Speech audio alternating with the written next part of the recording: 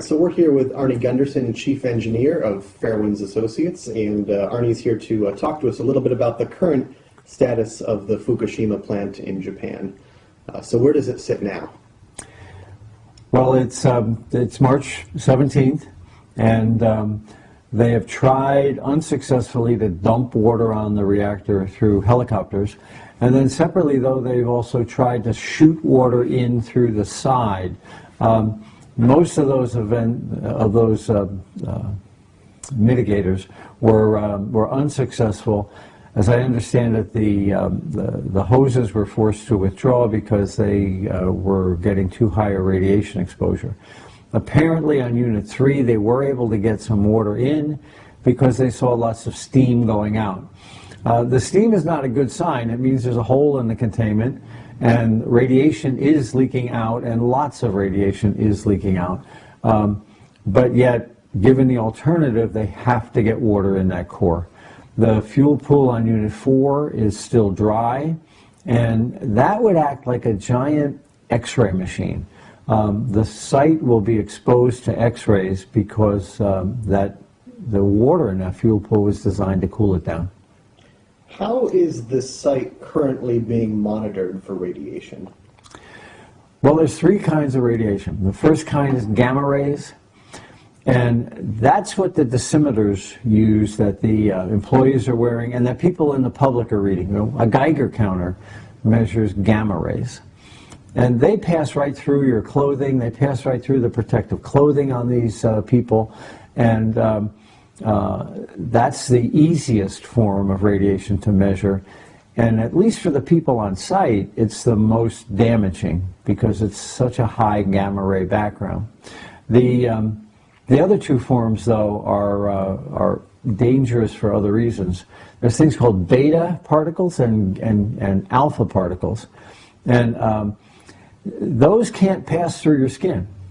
So if they're outside you floating by and they decay, nothing's going to happen. But if you inhale it, or if you eat it, or it touches your skin and it works its way through your skin, now they're under the skin and they're up against an organ and can do extraordinary damage in comparison to a gamma ray.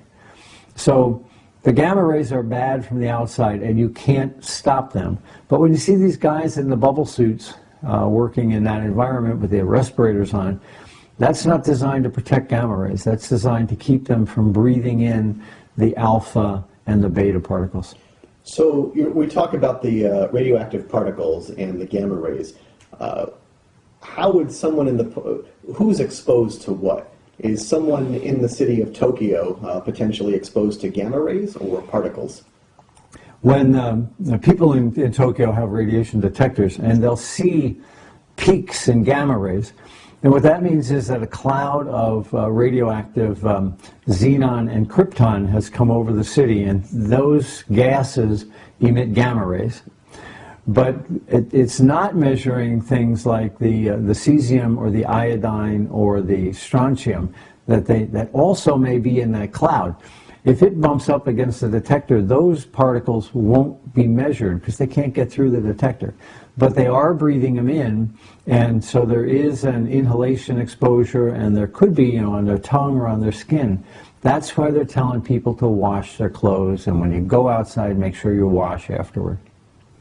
I think many people want to know how does this all end? It's not something you can flick a switch and end.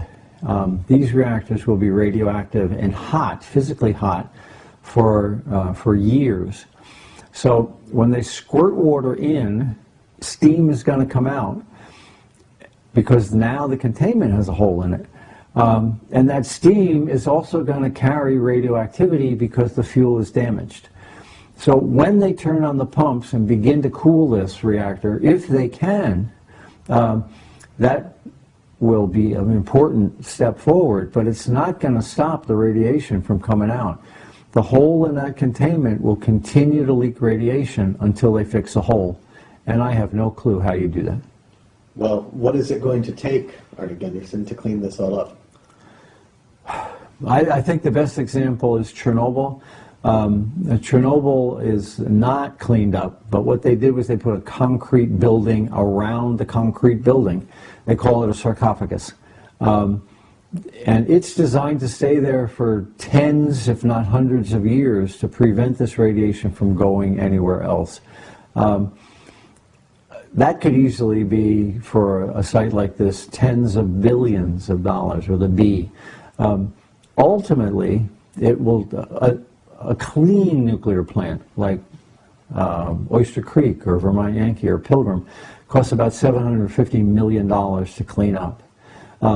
But a dirty plant like 3 Mile Island costs billions, and there's 6 dirty plants. So ultimately, when they get in and remove those plants, it's probably a $20 billion proposition to remove those 6 plants after they've been stabilized. And the stabilization could easily be a $10 billion problem.